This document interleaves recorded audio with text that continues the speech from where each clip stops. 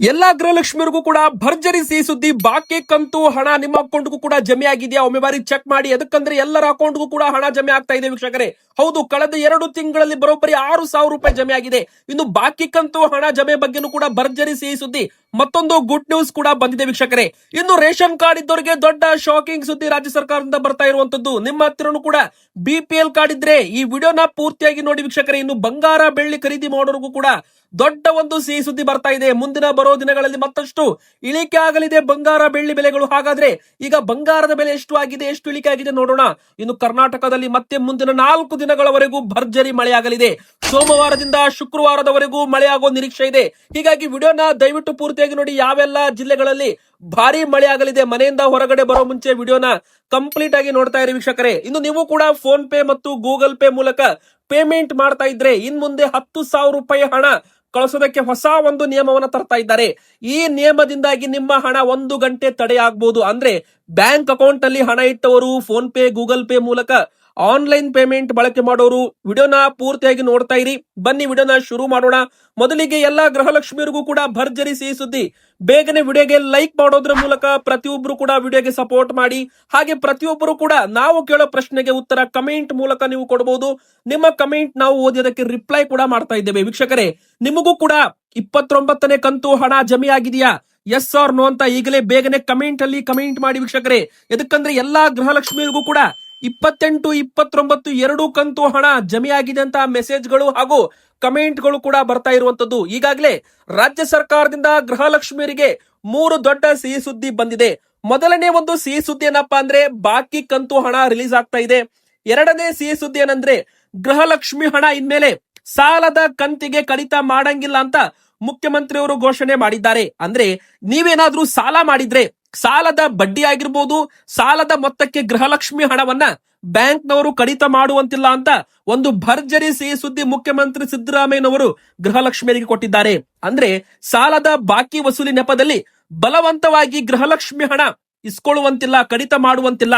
ಇದು finance micro finance ಗಳಿಂದ ಈ ಕ್ರಮ ಆಗಿದ್ದು ಇವರಿಗೂ ಕೂಡ ಅನ್ವಯವಾಗುತ್ತೆ. ಇದನ್ನ ತಡೆಯಲು ಮುಖ್ಯಮಂತ್ರಿ ಮತ್ತು DCM ಅವರಿಗೆ ಮನವಿ ಮಾಡಿದ್ದ ಗ್ಯಾರಂಟಿ ಅನುಷ್ಠಾನ ಪ್ರಾಧಿಕಾರ ಉಪಾಧ್ಯಕ್ಷರು ದಿನೇಶ್ ಗುಳಿಗಳು ಅವರು ಇದಕ್ಕೆ ಈಗ ಒಂದು ಗ್ರೀನ್ ಸಿಗ್ನಲ್ ಸಿಕ್ಕಿದೆ ಅಂತಾನು ಕೂಡ ಇಲ್ಲಿ ಹೇಳ್ಬಹುದು. ಅಂದ್ರೆ ಮಹಿಳಾ ಫಲಾನುಭವಿಗಳ ಬ್ಯಾಂಕ್ ಖಾತೆಗೆ ಜಮೆಯಾಗೋ ಗೃಹಲಕ್ಷ್ಮಿ ಸಹಾಯಧನದ ಹಣವನ್ನ ಖಾಸಗಿ ಫೈನಾನ್ಸ್ ಮತ್ತು ಮೈಕ್ರೋ ಫೈನಾನ್ಸ್ ಸಂಸ್ಥೆಗಳು ಹಳೆ ಸಾಲದ ಬಾಕಿ ನೆಪದಲ್ಲಿ ಬಲವಂತವಾಗಿ ಕಡಿತಗೊಳಿಸುತ್ತಿರುವ ವಿರುದ್ಧ ಸೂಕ್ತ ಕ್ರಮ ಕೈಗೊಳ್ಳಬೇಕು ಅಂತ ಮುಖ್ಯಮಂತ್ರಿ ಸಿದ್ದರಾಮಯ್ಯನವರು ಒಂದು ಸೂಚನೆಯನ್ನ ಇಲ್ಲಿ ಕೊಟ್ಟಿರುವಂತದ್ದು ವೀಕ್ಷಕರೇ.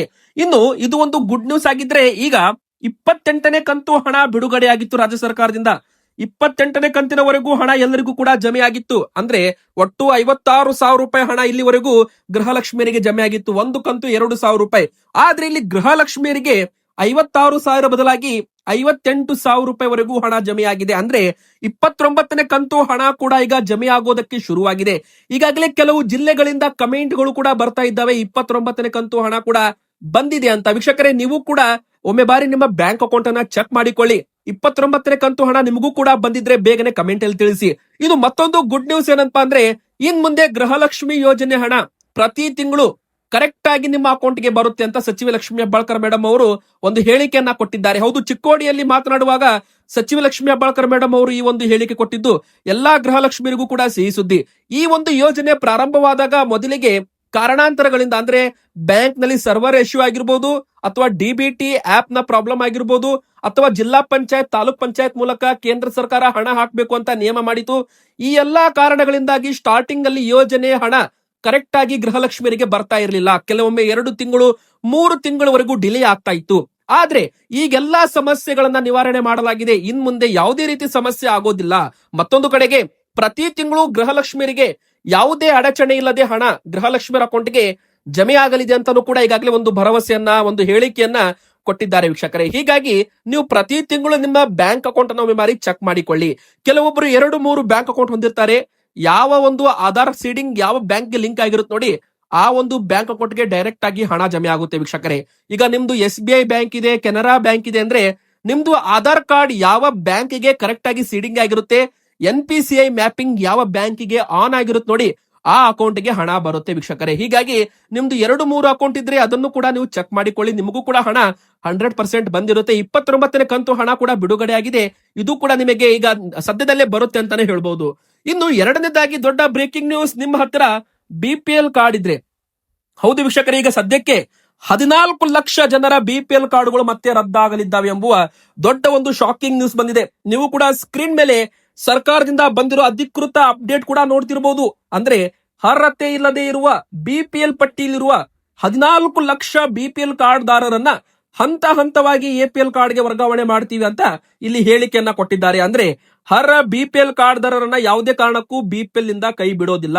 ಒಂದು ವೇಳೆ BPL ಇಂದ ತೆಗೆದು ಹಾಕಿದ್ರೆ ತಹಶೀಲ್ದಾರ್ ಅವರಿಗೆ ಅರ್ಜಿ ಸಲ್ಲಿಸಬೇಕು. 15 ದಿನದಲ್ಲಿ ಅವರಿಗೆ ಮತ್ತೆ BPL ಕಾರ್ಡ್ ಕೊಡ್ತೀವಿ ಅಂತ ಒಂದು ಸ್ಪಷ್ಟನೆ ಕೂಡ ಇಲ್ಲಿ ಕೊಟ್ಟಿದ್ದಾರೆ. ವೀಕ್ಷಕರೇ, ಇದು ದೊಡ್ಡ ಬ್ರೇಕಿಂಗ್ ನ್ಯೂಸ್. ಏನಪ್ಪಾ ಅಂದ್ರೆ, ಮೊನ್ನೆ ತಾನೇ 7 ಲಕ್ಷ BPL ಕಾರ್ಡ್ಗಳನ್ನ APL ಕಾರ್ಡ್ಗೆ ವರ್ಗಾವಣೆ ಮಾಡಿದ್ರು. ಈಗ ಮತ್ತೆ 14 ಲಕ್ಷ ಅನರ್ಹ BPL ಕಾರ್ಡ್ಗಳು APL ಕಾರ್ಡ್ಗೆ ಮಾರ್ಪಾಡಾಗ್ತಾ ಇದ್ದಾವೆ. ಅರ್ಹತೆ ಇಲ್ಲದೆ ಇದ್ರೂ ಕೂಡ BPL ಕಾರ್ಡ್ ಅಲ್ಲಿ ಹೊಂದಿದ್ದಾರೆ 14 ಲಕ್ಷ ಕಾರ್ಡ್. ಅಂದ್ರೆ 14 ಲಕ್ಷ ಕಾರ್ಡುಗಳು ಅಂದ್ರೆ ನೀವು ಲೆಕ್ಕ ಮಾಡಿ, ಒಂದು ಕುಟುಂಬದಲ್ಲಿ 2-3 ಜನ ಇದ್ರು ಕೂಡ 30 ಲಕ್ಷ ಜನರು BPL ಕಾರ್ಡ್ ಇಂದ ಹೊರಕ್ಕೆ ಮತ್ತೊಮ್ಮೆ ಬರಲಿದ್ದಾರೆ. ನೀವು ಕೂಡ BPL ಕಾರ್ಡ್ ಹೊಂದಿದ್ರೆ, ನಿಯಮಗಳನ್ನ ಮೀರಿದ್ರೆ, ಅಂದ್ರೆ 1,20,000 ರೂಪಾಯಿ ಮೇಲೆ ಆದಾಯ ಇದ್ರೆ, ಸರ್ಕಾರಿ ನೌಕರರಾಗಿದ್ರೆ, ತೆರಿಗೆ ಪಾವತಿದಾರರಾಗಿದ್ರೆ, ಅಥವಾ ನೀವೇನಾದ್ರೂ ಮನೆಗಳನ್ನ, ಅಂಗಡಿಗಳನ್ನ, ಮಳಿಗೆಗಳನ್ನ ಬಾಡಿಗೆ ಕೊಟ್ಟು ಹಣ ಪಡಿತಾ ಇದ್ರೆ, ಮತ್ತೆ ನೀವು ಬ್ಯಾಂಕ್ ಅಕೌಂಟ್ ಅಲ್ಲಿ ಲಕ್ಷಾಂತರ ರೂಪಾಯಿ ಟರ್ನ್ ಓವರ್ ಮಾಡ್ತಾ ಇದ್ರೆ, ಇನ್ಕಮ್ ಟ್ಯಾಕ್ಸ್ ತೆರಿಗೆ ಪಾವತಿ ಮಾಡ್ತಾ ಇದ್ರೆ, ಇವರೆಲ್ಲರ ಒಂದು ಕಾರ್ಡ್ಗಳನ್ನು ಕೂಡ APL ಕಾರ್ಡ್ಗೆ ಶಿಫ್ಟ್ ಅನ್ನ ಮಾಡಲಾಗುತ್ತೆ. ವೀಕ್ಷಕರೇ, ಈಗ ಮತ್ತೊಮ್ಮೆ ಸರ್ಕಾರ ಅನರ್ಹ BPL ಕಾರ್ಡ್ಗಳನ್ನ ಪತ್ತೆ ಹಚ್ಚಲು ಮುಂದಾಗ್ತಾ ಇದೆ. 14 ಲಕ್ಷ ಅನರ್ಹ BPL ಕಾರ್ಡ್ಗಳು APL ಕಾರ್ಡ್ಗೆ ವರ್ಗಾವಣೆ ಆಗಲಿದ್ದಾವೆ. ಹೀಗಾಗಿ ನಿಮ್ದು ಕೂಡ BPL ಕಾರ್ಡ್ ಇದ್ರೆ ಸ್ವಲ್ಪ ಎಚ್ಚರದಿಂದಿರಿ ಅಂತ ಹೇಳ್ತಾ, ಇನ್ನು ಎರಡನೇದಾಗಿ ವೀಕ್ಷಕರೇ, ಇಂದಿರಾ ಕಿಟ್ ವಿತರಣೆ ಕೂಡ ಪ್ರಾರಂಭವಾಗಲಿದೆ ಅಂತ ಹೇಳಲಾಗ್ತಾ ಇದೆ. ಅಂದ್ರೆ ನೋಡಿ, ಈ ಒಂದು ಏಪ್ರಿಲ್ ತಿಂಗಳಲ್ಲಿ ವಿತರಣೆ ಮಾಡ್ತೀವಿ ಅಂತ ಮೊದಲೇ ಆಹಾರ ಸಚಿವರು KH ಮುನಿಯಪ್ಪ ಅವರು ಒಂದು ಹೇಳಿಕೆಯನ್ನ ಕೊಟ್ಟಿದ್ರು. ಆದ್ರೆ ಇನ್ನೂ ಕೂಡ ಇಂದಿರಾ ಕಿಟ್ ವಿತರಣೆ ಮಾಡಿಲ್ಲ. ವೀಕ್ಷಕರೇ ನೋಡಿ, 1,37,00,000ಕ್ಕೂ ಹೆಚ್ಚು ಫಲಾನುಭವಿಗಳು BPL ಕಾರ್ಡ್ ಅಲ್ಲಿ ಇರುವಂತದ್ದು. ಹೀಗಾಗಿ ಪ್ರತಿಯೊಂದು ಕುಟುಂಬಕ್ಕೂ ಕೂಡ ಇಂದಿರಾ ಕಿಟ್ ವಿತರಣೆ ಮಾಡಬೇಕು. ಪ್ರತಿಯೊಂದು ಕಿಟ್ ಕೂಡ ರೆಡಿ ಮಾಡಬೇಕು ಅಂದ್ರೆ ಸ್ವಲ್ಪ ಸಮಯ ಬೇಕಾಗಿ ಬರಬಹುದು. ಹೀಗಾಗಿ ಏಪ್ರಿಲ್ ತಿಂಗಳ ಕೊನೆ ವಾರದಲ್ಲಿ ವಿತರಣೆ ಶುರುವಾಗಬಹುದು ಅಂತ ಒಂದು ನಿರೀಕ್ಷೆ ಕೂಡ ಇಲ್ಲಿ ಮಾಡಬಹುದು ವೀಕ್ಷಕರೇ. ಇನ್ನು ಬಂಗಾರ ಮತ್ತು ಬೆಳ್ಳಿ ಬೆಲೆ ಕೂಡ ಇಳಿಕೆ ಆಗೋ ಮುನ್ಸೂಚನೆ ಕಾಣ್ತಾ ಇದೆ. ಹೌದು, ಸೋಮವಾರ, ಮಂಗಳವಾರ, ಬುಧವಾರ ಈ 3 ದಿನ ಮಾರ್ಕೆಟ್ ಅಲ್ಲಿ ತುಂಬಾ ದೊಡ್ಡ ಸಂಚಲನವಾಗಬಹುದು ವೀಕ್ಷಕರೇ. ಅಮೆರಿಕ ಮತ್ತು ಇರಾನ್ ನಡುವಿನ ಯುದ್ಧ, ಒಂದು ಕಡೆಗೆ 14 ದಿನಗಳ ಕದನ ವಿರಾಮ, ಮತ್ತೊಂದು ಕಡೆಗೆ ಷರತ್ತುಗಳನ್ನು ಒಪ್ಪದಿದ್ರೆ ಮತ್ತೆ ದಾಳಿ ಮಾಡ್ತೀನಿ ಅಂತ ಅಮೆರಿಕ ಅಧ್ಯಕ್ಷ ಡೊನಾಲ್ಡ್ ಟ್ರಂಪ್ ಒಂದು ಹೇಳಿಕೆಯನ್ನ ಕೊಟ್ಟಿದ್ದಾರೆ. ವೀಕ್ಷಕರೇ, ಅಂತಾರಾಷ್ಟ್ರೀಯ ಮಟ್ಟದಲ್ಲಿ ಜಾಗತಿಕ ಯುದ್ಧಗಳು ಪ್ರಾರಂಭವಾದ್ರೆ ಬಂಗಾರದ ಬೆಲೆ ಭರ್ಜರಿ ಏರಿಕೆ ಆಗುತ್ತೆ. ಆದ್ರೆ ಇರಾನ್ ದೇಶದ ಮೇಲೆ ಅಮೆರಿಕದವರು ದಾಳಿ ಮಾಡಿದ್ರೆ ಇಲ್ಲಿ ಕಚ್ಚಾ ತೈಲ ಬೆಲೆ ಏರಿಕೆ ಆಗೋದ್ರಿಂದ ಹೂಡಿಕೆದಾರರು ಕ್ರೂಡ್ ಆಯಿಲ್ ಅಲ್ಲಿ ಟ್ರೇಡ್ ಅನ್ನ ಮಾಡ್ತಾರೆ. ಹೀಗಾಗಿ ಬಂಗಾರದ ಟ್ರೇಡಿಂಗ್ ಅಲ್ಲಿ ನಷ್ಟವಾಗಬಹುದು. ಬಂಗಾರ, ಬೆಳ್ಳಿ ಮಾರಾಟ ಮಾಡಿ ಜನರು, ಅಂದ್ರೆ ಹೂಡಿಕೆದಾರರು ಮತ್ತೆ ಇಲ್ಲಿ ಕ್ರೂಡ್ ಆಯಿಲ್ ಅಲ್ಲಿ ಟ್ರೇಡ್ ಮಾಡಬಹುದು ಅಂತ ಹೇಳಲಾಗ್ತಾ ಇದೆ. ಅಂದ್ರೆ ಯುದ್ಧ ನಡೀತಂದ್ರೆ ಕಚ್ಚಾ ತೈಲ ಬೆಲೆ ಏರಿಕೆ ಆಗುತ್ತೆ, ಹೂಡಿಕೆದಾರರು ಅದರಲ್ಲಿ ಲಾಭ ಮಾಡ್ತಾರೆ, ವಿನಃ ಬಂಗಾರ ಬೆಳ್ಳಿಯಲ್ಲಿ ಇಂಟ್ರೆಸ್ಟ್ ಕಡಿಮೆ ಆಗುತ್ತೆ. ಹೀಗಾಗಿ ಬಂಗಾರ ಬೆಳ್ಳಿ ಬೆಲೆ ಇಳಿಕೆ ಆಗುತ್ತೆ ಅಂತ ಇಲ್ಲಿ ತಜ್ಞರು ಲೆಕ್ಕಾಚಾರ ಮಾಡಿರುವಂತದ್ದು ವೀಕ್ಷಕರೇ. ಹಾಗಾದ್ರೆ ಈಗ ಒಂದು ಬಂಗಾರದ ಮತ್ತು ಬೆಳ್ಳಿ ಬೆಲೆ ಎಷ್ಟಾಗಿದೆ ನೋಡಿ. 1 kg ಬೆಳ್ಳಿ ಬೆಲೆ 2,60,000 ರೂಪಾಯಿ ಆಗಿದೆ. ಅಂದ್ರೆ ಹೋದ ತಿಂಗಳು 3 ಲಕ್ಷ ರೂಪಾಯಿ ತನ ಇತ್ತು, ಆದ್ರೆ ಈ ತಿಂಗಳು 2,50,000, 2,60,000 ಒಂದು ರೇಂಜ್ ಬೌಂಡ್ ಮೂವ್ಮೆಂಟ್ ಅಲ್ಲಿ ಗೇಮ್ ಆಡ್ತಾ ಇದೆ ಬೆಳ್ಳಿ ಬೆಲೆ. ಇನ್ನು ಬಂಗಾರದ ಬೆಲೆ ಕೂಡ ಹೋದ ಒಂದು ಜನವರಿ ತಿಂಗಳಲ್ಲಿ 1,75,000 ರೂಪಾಯಿ ತನ ಬಂದಿತ್ತು. ಆದ್ರೆ ಈಗ ಮತ್ತೆ 1,30,000 ರೂಪಾಯಿ ತನ ಹೋಗಿ ಮತ್ತೆ ರಿಕವರಿ ಆಗಿ 1,52,500 ರೂಪಾಯಿ ಹತ್ತ ಟ್ರೇಡ್ ಆಗ್ತಾ ಇದೆ.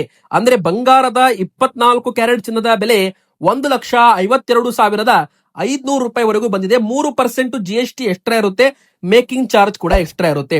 ವೀಕ್ಷಕರೇ, ಮುಂದಿನ ಬರೋ ದಿನಗಳಲ್ಲಿ ಬಂಗಾರ ಬೆಲೆ ಏರಿಕೆ ಆಗುತ್ತೋ ಇಳಿಕೆ ಆಗುತ್ತೋ? ಈ ನಿಮ್ಮ ಪ್ರಶ್ನೆಗೆ ಉತ್ತರ ಏನಪ್ಪಾ ಅಂದ್ರೆ, ಕದನ ವಿರಾಮ ಮುಗಿಯುವವರೆಗೂ ಸ್ವಲ್ಪ ವೇಟ್ ಮಾಡಿ. ಅಮೆರಿಕ ಅಧ್ಯಕ್ಷ ಡೊನಾಲ್ಡ್ ಟ್ರಂಪ್ ಈಗಾಗಲೇ ಇರಾನ್ ದೇಶದ ಮೇಲೆ ಯುದ್ಧವನ್ನು ತಾತ್ಕಾಲಿಕವಾಗಿ ನಿಲ್ಲಿಸಿದ್ದಾರೆ. ಮುಂದಿನ ಬರೋ ದಿನಗಳಲ್ಲಿ ಯುದ್ಧ ಮತ್ತಷ್ಟು ಭೀಕರವಾದ್ರೆ ಬಂಗಾರ ಬೆಳ್ಳಿ ಬೆಲೆ ಇಳಿಕೆ ಆಗುತ್ತೆ. ಎದಕ್ಕಂದ್ರೆ ಕಚ್ಚಾ ತೈಲ ಬೆಲೆ ಏರಿಕೆ ಆಗುತ್ತೆ. ಹೀಗಾಗಿ ಇದರದ್ದು ಬೆಲೆ ಇಳಿಕೆ ಆಗೋ ಮುನ್ಸೂಚನೆ ಇರುವಂತದ್ದು. ಇನ್ನು ಮತ್ತೆ ನಮ್ಮ ಕರ್ನಾಟಕದಲ್ಲಿ ಭಾರಿ ಮಳೆ ಆಗಲಿದೆ ಅಂತಾನು ಕೂಡ ಇಲ್ಲಿ ಹೇಳ್ಬೋದು. ಮುಂದಿನ 1 ವಾರಗಳವರೆಗೂ ಮಳೆ ಆಗುತ್ತೆ. ಇನ್ನು ಕೆಲವು ಜಿಲ್ಲೆಗಳಲ್ಲಿ ಬಿಸಿ ಗಾಳಿ ಕೂಡ ಬೀಸಲಿದೆ ಅಂತ ಹೇಳಲಾಗಿದೆ. ಕರಾವಳಿ ಭಾಗದ ಜಿಲ್ಲೆಗಳಲ್ಲಿ ಭಾನುವಾರ, ಸೋಮವಾರ ಅಂದ್ರೆ ಬಿಸಿಲಿನ ಗಾಳಿ, ಬಿಸಿ ಗಾಳಿ ಬೀಸುತ್ತೆ ಅಂತ ಎಚ್ಚರಿಕೆ ನೀಡಲಾಗಿದೆ. ದಕ್ಷಿಣ ಕನ್ನಡ, ಉತ್ತರ ಕನ್ನಡ ಜಿಲ್ಲೆಗಳಲ್ಲೂ ಕೂಡ ಬಿಸಿ ಗಾಳಿ ಇರುತ್ತೆ ಅಂತ ಹೇಳ್ಬೋದು. ಇನ್ನು ಧಾರವಾಡ, ಬೆಳಗಾವಿ, ಗದಗ ಜಿಲ್ಲೆಯಲ್ಲೂ ಕೂಡ ಗುಡುಗು ಸಹಿತ ಸಾಧಾರಣ ಮಳೆ ಆಗುತ್ತೆ ಈ 3 ಜಿಲ್ಲೆಗಳಲ್ಲಿ ಅಂತ ಇಲ್ಲಿ ಹೇಳಲಾಗಿದೆ.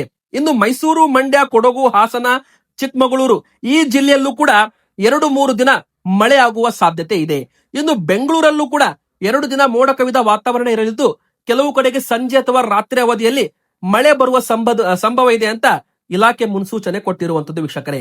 ದಕ್ಷಿಣ ಒಳನಾಡಿನ ಜಿಲ್ಲೆಗಳಾದ ಚಾಮರಾಜನಗರದ, ಮೈಸೂರು, ಮಂಡ್ಯ, ಬೆಂಗಳೂರು ಈ ಭಾಗದಲ್ಲೂ ಕೂಡ ಮುಂದಿನ 3 ದಿನಗಳವರೆಗೂ ಮಳೆ ಆಗಲಿದೆ. ವೀಕ್ಷಕರೇ, ನಿಮ್ಮ ಊರಲ್ಲೂ ಕೂಡ ಮಳೆ ಬರ್ತಾ ಇದ್ರೆ ನಿಮ್ಮ ಊರಿನ ಹೆಸರನ್ನ ಕಮೆಂಟ್ ಮಾಡಿ. ಕೊನೆಯ ದೊಡ್ಡ ಬ್ರೇಕಿಂಗ್ ನ್ಯೂಸ್ ಏನಂತ ನೋಡೋಣ. ನೀವು ಕೂಡ ಫೋನ್ ಪೇ ಮತ್ತು ಗೂಗಲ್ ಪೇ ಬಳಕೆದಾರರಾಗಿದ್ರೆ ಇನ್ ಮುಂದೆ 10,000 ರೂಪಾಯಿ ಹೆಚ್ಚು ಹಣ ನೀವು ಕಳಿಸಿದ್ರೆ 1 ಗಂಟೆವರೆಗೂ ಕಾಯಬೇಕು. ಅಂದ್ರೆ ಆನ್ಲೈನ್ ವಂಚನೆಗೆ RBI, reserve bank of India ಇಲ್ಲಿ ದೊಡ್ಡ ನಿಯಮ ತರ್ತಾ ಇದೆ. 10,000ಕ್ಕೂ ಹೆಚ್ಚಿನ ಹಣ ವರ್ಗಾವಣೆಗೆ ಇನ್ ಮುಂದೆ ನೀವು 1 ಗಂಟೆ ಕಾಯಬೇಕಾಗಿ ಬರಬಹುದು. ವೀಕ್ಷಕರೇ, ಇಲ್ಲಿ ನೋಡಿ, ನಮ್ಮ ಕರ್ನಾಟಕ ಸೇರಿದಂತೆ ಭಾರತ ದೇಶದಂತ ಪ್ರತಿಯೊಬ್ಬರು ಕೂಡ ಆನ್ಲೈನ್ ಪೇಮೆಂಟ್ಸ್ ಗಳನ್ನ ಬಳಕೆ ಮಾಡ್ತಾರೆ. ನೀವು ಯಾರಿಗಾದ್ರೂ ಪೇಮೆಂಟ್ ಮಾಡಬೇಕು ಅಂದ್ರೆ ಹೊಸದಾಗಿ ಪೇಮೆಂಟ್ ಮಾಡ್ತಾ ಇದ್ರೆ, ಈಗ ನೋಡಿ, ನೀವು ನಿಮ್ಮ ಯಾರಿಗಾದ್ರೂ ಹಣ ಹಾಕೋದಿರುತ್ತೆ. 10,000 ರೂಪಾಯಿ ಮೇಲೆ ನೀವು ಹಣ ಹಾಕ್ತೀರಾ, 11,000 ರೂಪಾಯಿ ಹಣ ಹಾಕ್ತೀರಾ ಅಂತ ತಿಳ್ಕೊಳ್ಳಿ. ಅವ್ರು ಹೊಸದಾಗಿ ನೀವು ಟ್ರಾನ್ಸಾಕ್ಷನ್ ಮಾಡ್ತಾ ಇದ್ರೆ ಮೊದಲನೇ ಟ್ರಾನ್ಸಾಕ್ಷನ್ 1 ಗಂಟೆವರೆಗೂ ಕಾಯಬೇಕಾಗುತ್ತೆ. ನೆಕ್ಸ್ಟ್ ನೀವು ಆರಾಮವಾಗಿ ಪೇಮೆಂಟ್ ಮಾಡಬಹುದು. ಅಂದ್ರೆ 1 ಗಂಟೆವರೆಗೂ ಇಲ್ಲಿ ಸಮಯ ಕೊಡ್ತಾರೆ. 1 ಗಂಟೆ ಒಳಗೆ ನಿಮ್ದೇನಾದ್ರೂ ಮೋಸ ಆಗಿದ್ರೆ, ವಂಚನೆ ಆಗಿದ್ರೆ 1 ಗಂಟೆ ಒಳಗೆ ನೀವು ಅದನ್ನ ಕಿಲ್ ಸ್ವಿಚ್ ಅಂತ ಮಾಡಬಹುದು. ಅಂದ್ರೆ ಹಣ ಟ್ರಾನ್ಸ್ಫರ್ ಅನ್ನ ಕ್ಯಾನ್ಸಲ್ ಮಾಡಬಹುದು. ಈಗ ನೋಡಿ, ಒಮ್ಮೆ ಬಾರಿ ನಾವು ಹಣ ಹಾಕಿ OTP ಹಾಕಿದ್ರೆ ಮುಗೀತು, ಹಣ ಡೆಬಿಟ್ ಆಗ್ಬಿಡುತ್ತೆ, ರಿಸೀವರ್ಗೆ ಜಮೆ ಆಗುತ್ತೆ. ಆದ್ರೆ ಇನ್ ಮುಂದೆ 10,000 ರೂಪಾಯಿ ಮೇಲೆ ಟ್ರಾನ್ಸ್ಫರ್ ಮಾಡೋರ್ಗೆ, ಹೊಸದಾಗಿ ಪೇಮೆಂಟ್ ಮಾಡೋರ್ಗೆ 1 ಗಂಟೆ ಅವಕಾಶ ಕೊಡ್ತಾ ಇದ್ದಾರೆ. 1 ಗಂಟೆ ಒಳಗೆ ಅವರು ಹಣವನ್ನ ಬೇಕಂದ್ರೆ ಕ್ಯಾನ್ಸಲ್ ಮಾಡಬಹುದು, ಬೇಡ ಅಂದ್ರೆ. ಇದು ಯಾರಿಗೆ ಈ ವಿನಾಯಿತಿ ಕೊಡಲಾಗಿದೆ ಅಂದ್ರೆ, ನೋಡಿ, ಅಂಗಡಿಗಳಲ್ಲಿ ನೀವು ವಸ್ತುಗಳನ್ನ ತಗೋತಿರಲ್ಲ, ಅವಾಗ ಇದು ಅನ್ವಯವಾಗೋದಿಲ್ಲ. ಅಂದ್ರೆ ನೀವು ಏನಾದ್ರೂ ಒಂದು ಸಾಮಾನು ತಗೊಂಡಿರ್ತೀರ, ಅವಾಗ ಪೇಮೆಂಟ್ ಮಾಡಿ 10,000, 20,000, 1 ಲಕ್ಷ, 2 ಲಕ್ಷ ಆಟೋಮೆಟಿಕ್ ಆಗಿ ಪಟ್ ಅಂತ ಹೋಗ್ಬಿಡುತ್ತೆ 1 ಸೆಕೆಂಡ್ ಅಲ್ಲಿ. ಆದ್ರೆ ನೀವು ಪದೇ ಏನಾದ್ರೂ ಟ್ರಾನ್ಸಾಕ್ಷನ್ ಮಾಡ್ತಾ ಇರ್ತೀರಲ್ಲ, ಅವರಿಗೂ ಕೂಡ ಇದು ಯಾವುದೇ ರೀತಿ ವರ್ಕ್ ಆಗಲ್ಲ. ಅಂದ್ರೆ 1 ಗಂಟೆ ಟೈಮ್ ಬೇಕಾಗಲ್ಲ, ಆರಾಮಾಗಿನೂ ಮಾಡಬಹುದು. ಹೊಸದಾಗಿ ಫಸ್ಟ್ ಟೈಮ್ ನೀವು ಏನಾದ್ರೂ ಪೇಮೆಂಟ್ ಕಳಿಸ್ತಾ ಇದ್ರೆ ಅವಾಗ ಮಾತ್ರ ಇದು ಅಪ್ಲೈ ಆಗುತ್ತೆ ಅಂತ ಹೇಳಲಾಗಿದೆ. ಇವತ್ತಿಗೆ ಇಷ್ಟ ಆಗಿತ್ತು. ವಿಡಿಯೋ ಇಷ್ಟ ಆದ್ರೆ ಲೈಕ್ ಮಾಡಿ, ಚಾನಲ್ಗೆ ಸಬ್ಸ್ಕ್ರೈಬ್ ಆಗಿ.